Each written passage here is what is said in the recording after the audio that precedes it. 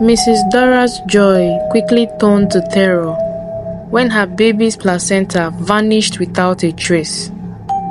Behind the hospital walls, they locked a dark secret, a dark conspiracy, a nurse's betrayal, and a wealthy young man, Raphael, who uses children's placenta for unthinkable rituals.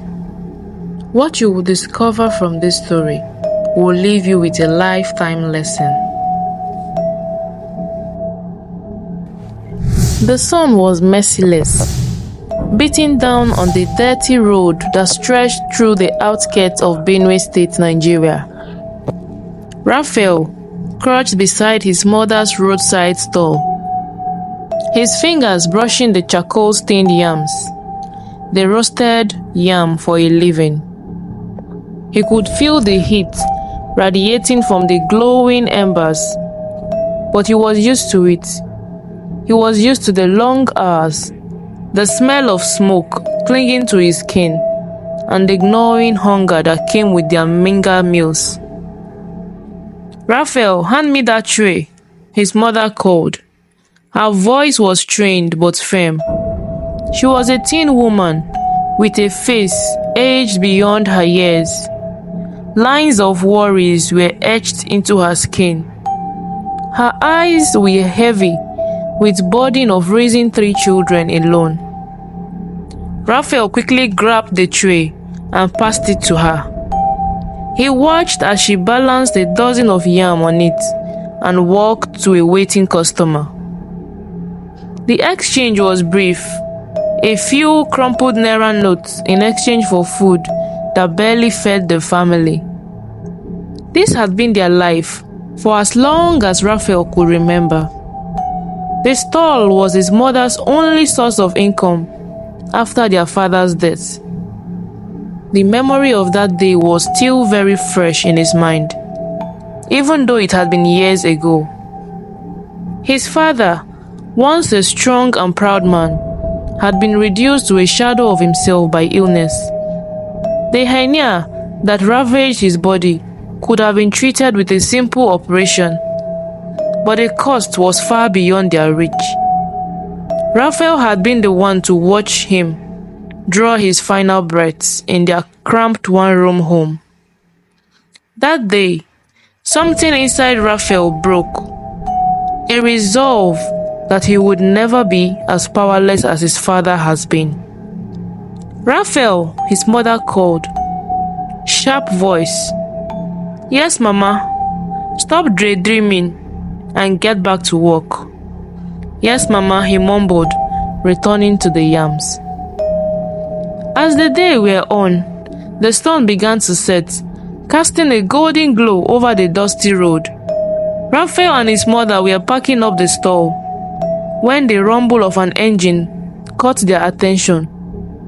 A sleek black Lexus SUV rolled down the road, its glossy surface reflecting the fading lights. Raphael froze, his eyes glued to the car. It was the kind of vehicle that he had only seen in magazines or on TV. Something completely out of place in their struggling neighborhood. The car glowed to stop a few meters away, and the tinted window rolled down. "Raphael!" The voice was familiar, but Raphael couldn't believe it. He squinted, trying to see past the tinted glass, and the door opened. A young man stepped out, dressed in a crisp white shirt and designer trousers, his wrist adorned with a gold watch that glinted in the evening light. "Jude!" Raphael's voice was barely above a whisper. The man smiled broadly, spreading a wide arm open. "Yes, it is me. Long time, my brother." Raphael's jaw dropped. Jude has been his closest friend in primary school, but they had lost touch after graduating. Back then, Jude was as poor as the rest of them, always borrowing books and sharing lunch. Now he looked like a completely different person, like someone who had never known hardship. "Jude, how are you here?" Raphael stammered, his mind racing with questions. Jude laughed, the sound rich and confident. "It's a long story, my brother. Come, let's talk. You've got time, right?" Raphael glanced at his mother, who gave him a hesitant nod. "Go, but don't stay long," she warned. Sitting in the luxurious interior of Jude's car, Raphael felt like he had stepped into another world. The seats were made of leather, the air-conditioned hummed softly, and the faint scent of expensive cologne lingered in the air. "You've changed, Jude," Raphael said, unable to hide the awe of his voice. Jude grinned as he started the engine. "And you haven't. But don't worry, my friend. Stick with me, and your life will change too." They drove into the city, where Jude treated Raphael with a meal at an upscale restaurant. It was the kind of place where waiters wear bow ties, and the menu had no prizes. Raphael felt out of place in his faded shirt and sandals, but Jude waved off his discomfort. "Eat, my brother. You deserve it," Jude said, ordering enough food to feed the small village. As they ate, Jude talked about his life, about the money, the cars, and the freedom that came with wealth. But when Raphael asked how he had made it, Jude's answers were all vague. "Just business," he said, with a sly smile. "What kind of business?" Raphael pressed. His curiosity was growing. Jude leaned back into his car, his smile fading. "Let's just say it's not the kind of thing you talk about in public. But if you're serious about changing your life, I can help you. It's not easy, but it's worth it." Raphael hesitated. He has heard stories about people making money through illegal means, but he had never imagined someone like Jude could be involved. Still, the temptation was strong. "I'll do anything to get out of this poverty," Raphael said finally. "Anything?" Jude's smile returned, but this time there was something unsettling about it. "Good. Don't worry, my brother. I will take you to someone who can help. But once you start, there is no turning back." The journey to Calabar began in the early hours of the morning, with the first rays of sunlight creeping over the horizon. Raphael sat behind Jude in his Lexus SUV, his stomach a knot of excitement and dread. He had finally slept the night before. His mind was racing with possibilities about what lay ahead. "Why Calabar?" Raphael asked, breaking the silence as they left the bustling city and entered the countryside.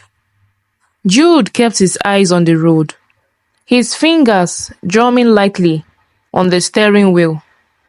"Because Calabar is where the Baba lives," Jude said simply. Jude sighed, glancing at Raphael briefly before returning his gaze to the road. Baba is, well, Baba is a man who helps people like us to succeed. He is the reason I have everything you see today." Raphael frowned. "What exactly does he do?" "You'll see," Jude said. His tone was final. "Just remember, whatever happens, don't question him. Show respect and follow his instructions to the letter. He doesn't tolerate disobedience." The weight of Jude's words settled over Raphael like a heavy blanket. He stared out of the window as the scenery rushed past, rolling hills, dense forests, and small villages where children ran barefoot in the dusty streets. By the time they arrived in Calabar, the sun was as high in the sky, casting a glow over the vibrant city. Raphael had never been this far from home before, and the sight of the bustling markets and colonial architecture left him momentarily awestruck. Jude navigated through narrow streets, eventually pulling down the compound surrounded with tall trees. The air felt different here. The air was very heavy here. Jude navigated everywhere in the bush as they entered into the hut. "That is it," Jude said, parking the car. Raphael followed Jude into the compound. His hearts were pounding with each step as he approached a small, nondescript building of withered wood, strange smells, strange symbols, strange paint on the wall, and the faint of burning herbs that lingered in the air. Inside the room was dimly lit, with single candle flickering on a wooden table. Skulls, both human skulls and animal skulls, lined on the hut. Their empty eye sockets staring back at Raphael. A man sat cross-legged on the floor. His face was hidden in the shadows. "Welcome," Baba said. His voice was low and raspy. "I am Baba, and you are welcome here." Baba was an imposing figure, dressed in flowing robes of red and black. His face was adorned with tribal scars, and his eyes seemed to pierce straight through Raphael. "You wish to escape poverty," Baba said, more a statement than a question. "Yes," Raphael replied. His voice was barely above a whisper. Baba nodded slowly, as if he had heard this 1,000 times before. "Do you understand what you are asking for? Wealth comes with a price, one that not everyone is willing to pay." Raphael swallowed hard, but forced himself to meet Baba's gaze. "I am ready to do whatever it takes," Raphael said. The older man studied him for a long moment, before standing and moving to a wooden chest in the corner of the room. From it, he retrieved a bundle of wrapped clothes. When he unfolded it, Raphael's breath caught in his throat. Inside the bundle were a knife with an ornately carved handle, a small clay pot filled with a dark liquid, and a white feather stained with dried blood. "The initiation is simple," Baba said, his tone a matter of fact. "You will offer a sacrifice, an innocent life. This will bind you to the spirit, who will guide your path to wealth." Jude stepped forward, placing a hand on Raphael's shoulder. "Don't be afraid, my brother. It's just a ram and a pigeon. We all started this way." Raphael nodded. His throat were dry. He watched as the two men brought a bleating white ram into the room, followed by a small white pigeon. The animals struggled against their restraint, their eyes wide with fear. "Hold the ram," Baba instructed, handling Raphael the knife. His hands were trembling. Raphael did as he was told. The ram's fur was soft under his fingers, a stark contrast on the sharp blade in his hands. "Say these words after me," Baba commanded. His voice was rising in a chant. Raphael repeated the incantation. His voice was shaking. When Baba gave the signal, he closed his eyes and plugged the knife into the ram's throat.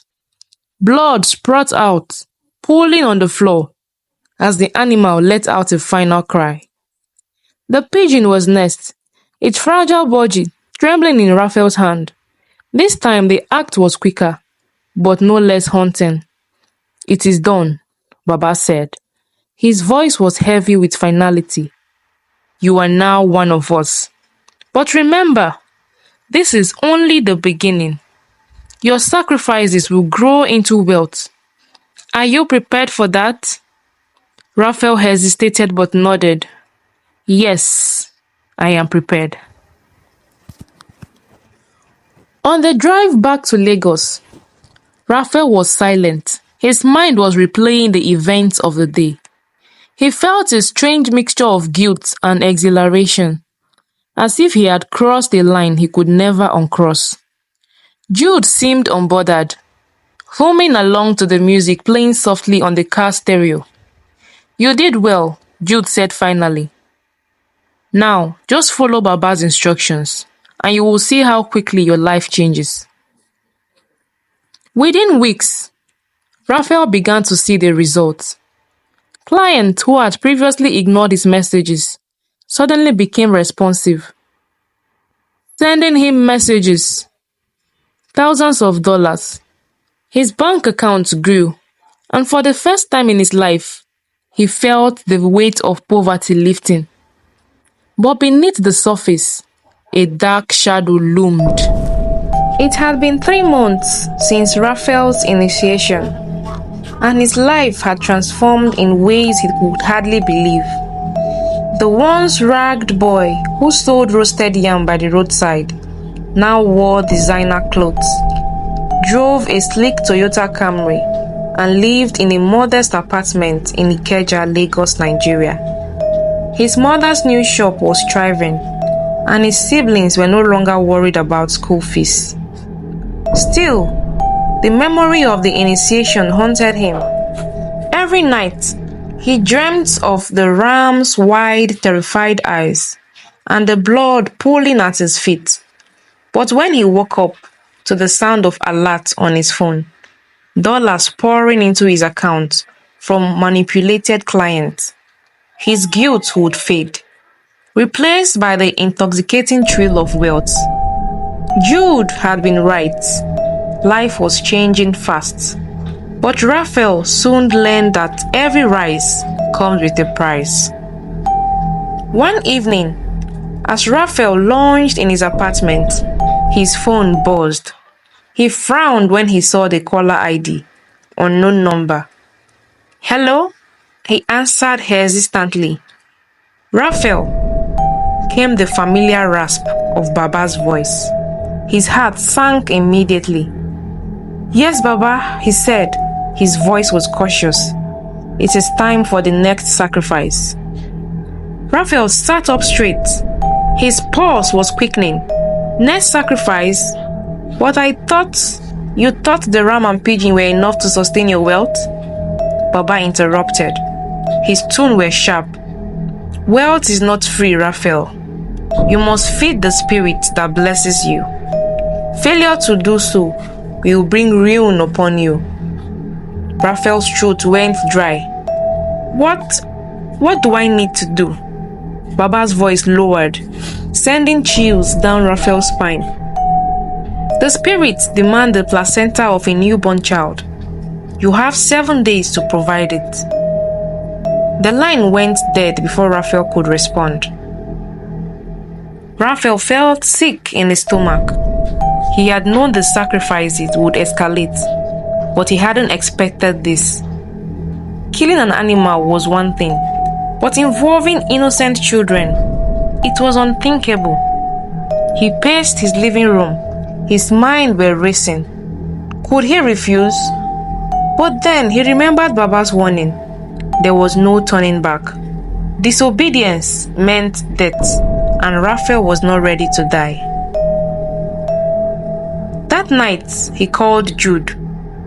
"Jude, is this normal?" Raphael asked. His voice was barely above a whisper. Jude chuckled, as if amused by the question. "Of course, everyone has their own sacrifices, and they get harder as you grow richer. You think I haven't done things I regret? This is the price you pay for wealth." "But this is a baby's..." "Jude, I don't know if I can do it." "You have no choice," Jude said coldly. "You either do it or you die. Welcome to the real world, my friend." Desperate and terrified, Raphael was very, very scared. Although he does not want to die, but the warnings kept on in his mind. Raphael hesitated. "I need help, but what do I do?" he reached out to a nurse at a government hospital. A nurse he had met during his charity visit to give back to the community. Her name was Nurse Ngozi, a single mother who was struggling to make ends meet. When they met at a cafe, Raphael laid out his offer carefully. Ngozi, I know you are going through a lot and I want to help you. What if I told you I could pay you 10 million naira a month? Ngozi's eyes widened in shock. 10 million what? What kind of job pays that much? Raphael hesitated. He then leaned closer. I need you to help me. I need you to help me obtain something. Children's placenta. 2 a week, he said, no questions asked. The cold ran through Ngozi's spine, and the color of her face changed. Placentas? Are you insane? It's just medical waste, Raphael said quickly, trying to sound convincing. They are discarded after birth anyways. I'm not asking you to hurt anyone. Just give them to me before they are thrown away. Ngozi stared at him, her expression a mixture of disbelief and fear. And if I say no? Raphael leaned back, forcing a calm smile. Then you miss out on the 10 million naira a month. So it's your choice. Ngozi wrestled with her decision for days. The thought of earning such a numerous sum was tempting, especially with the mounting debts and her son's school fees. Eventually, greed won out. I will do it, she told Raphael when they called again. And so, their twisted arrangement began. At first, everything went on smoothly. Ngozi would discreetly hand over the placentas to Raphael. Raphael would deliver them to Baba's shrine in Calabar. Each time he performed the ritual, his wealth would expand and his influence would grow. But the effects of the sacrifice soon became apparent. Babies whose placentas were taken would fall ill, and their parents would rush them back to the hospital in desperation. Some survived, but others died mysteriously, leaving families shattered. Raphael tried to block out the guilt, drowning himself in luxury and distractions. He bought more cars, attended extravagant parties, and lavished his family with gifts. Yet, the shadow of his deed loomed, larger with each passing day. One day, a woman named Mrs. Dora arrived at the hospital to give birth to her long-awaited child. The delivery was difficult, and she was weak, but her joy was immeasurable. When she asked for her baby's placenta, Ngozi gave her the usual excuse. It has been properly disposed. You don't need to worry about it. But Mrs. Dora was no ordinary woman. She was deeply connected to the spiritual realm. She knew the importance of her child's placenta. No, I want it, she said firmly. Bring it to me. Ngozi's face paled. Ma'am, I'm afraid. Don't lie to me, Mrs. Dora snapped. Her voice was echoing through the ward. If you've done something to my baby's placenta, I would find out. Her determination set off a chain event that would unravel Raphael's carefully constructed world. The silence in the hospital ward was heavy. It was punctuated only by the soft beeping of monitors, an occasional cry of a newborn. Mrs. Dora's sharp voice cut through it like a blade. I will not leave this hospital until I get my child's placenta. Mrs. Dora's husband, Mr. Akin, gently placed a hand on his wife's shoulder, trying to calm her. Dora, let's not make a scene. You just gave birth. You need to rest. But Dora shook her head vehemently. You don't understand, Akin. That placenta is part of our child's life. Without it, something terrible could happen. Nurse Ngozi frowned, panic bubbling beneath her professional facade. Mrs. Dora's persistence was unlike anything she had encountered before. Most mothers were too tired or indifferent to question the hospital's policies about placentas. But this woman was different. "I will speak to the hospital management," Ngozi stammered. "Please, ma'am, just rest for now." Ngozi rushed to the hospital's administrator's office. Her heart were racing. The administrator, a no-nonsense woman in her 50s, listened with a raised eyebrow as Ngozi explained the situation. "So you are saying the patient is demanding her baby's placenta?" the administrator asked. Her tone was skeptical. "Yes, ma'am," Ngozi replied. "She is very insistent." "Well, tell her it's hospital's policy to dispose of placentas after delivery. That should satisfy her." Ngozi hesitated. "I've already told her that, but she's threatening to escalate. She said she will sue the hospital if we don't produce it." The administrator sighed, pinching the bridge of her nose. "Fine. If she insists, tell her we will investigate. But under no circumstance should she find out what is really going on. Do I make myself clear?" "Yes, ma'am."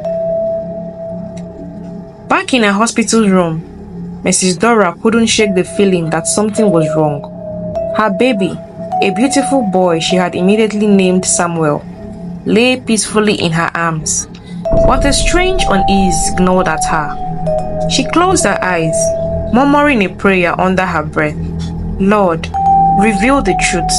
Whatever is hidden, let it come to light." As the hours passed, Samuel began to show signs of distress.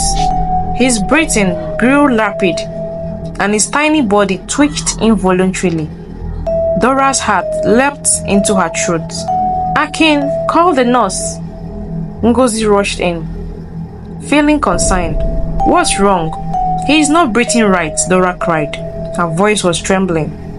Ngozi examined the baby, her face carefully neutral. "It could be a mild complications from the birth. We would run some tests." But Dora was not convinced. Her instincts screamed that there was something connected to the missing placenta. 3 days later, baby Samuel unfortunately passed away. Mrs. Dora was inconsolable. Her wails were echoing the hospital corridor. Akin, her husband, tried to comfort her, but he too was shattered by the loss. The couple were very, very terrified by this news, and Dora's suspicions finally came to pass. As the couple prepared to leave the hospital, Dora turned to Ngozi. Her grief was replaced by cold determination. "I know you did something with that baby's placenta. I will find out what you did to my baby's placenta. And when I do, you will regret it." Ngozi's composure cracked. "Ma'am, please, don't ma'am me," Dora snapped in tears.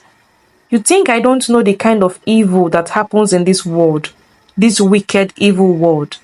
But I will expose you." The investigation began when Dora and Akin filed a formal complaint with the hospital. The police get involved. The police involvement brought light, and under mounting pressure, Ngozi began to crack. After 3 days of relentless questionings and threats of imprisonment, Ngozi finally confessed everything. "I was selling the placentas," she admitted. Her voice was trembling. "A young man named Raphael paid me to deliver them to him. He uses them for, she stammered. "For what?" the policeman snapped. "For rituals." The revelation sent shockwaves through the hospital. Raphael's name was forwarded to the authorities, and a team of detectives were dispatched to track him down. Raphael was lounging by his pool when the police stormed his apartment.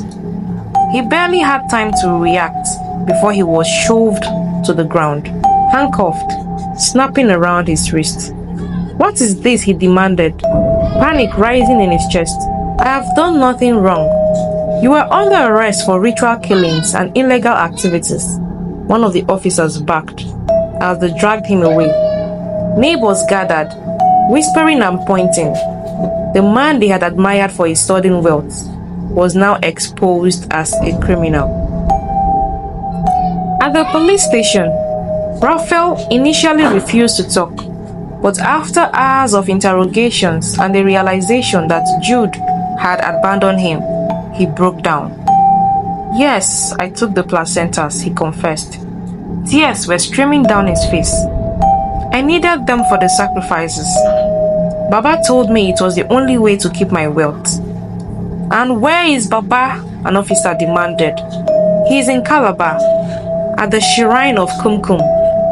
But you will never catch him. He is protected by powers beyond your understanding. As Raphael finished his confession, something very strange happened. He clutched his chest, his breathing labored. Blood began to trickle from his nose and mouth. The officers watched in horror as he collapsed, convulsing violently. Within minutes, Raphael was dead. A doctor later confirmed that his death was caused by a heart attack, but the officers knew better. Baba Kos had claimed another victim. Mrs. Dora stood by her son's grave. Her heart was heavy, but her spirits were unbroken. Baby Samuel's death will not be in vain, she said softly. This world is filled with darkness, but I will shine a light wherever I can. Mrs. Dora's story became a warning to parents everywhere. Guide your children's lives and their souls, for evil lurks where you least expect it. Mrs. Dora vowed to get a revenge for her son.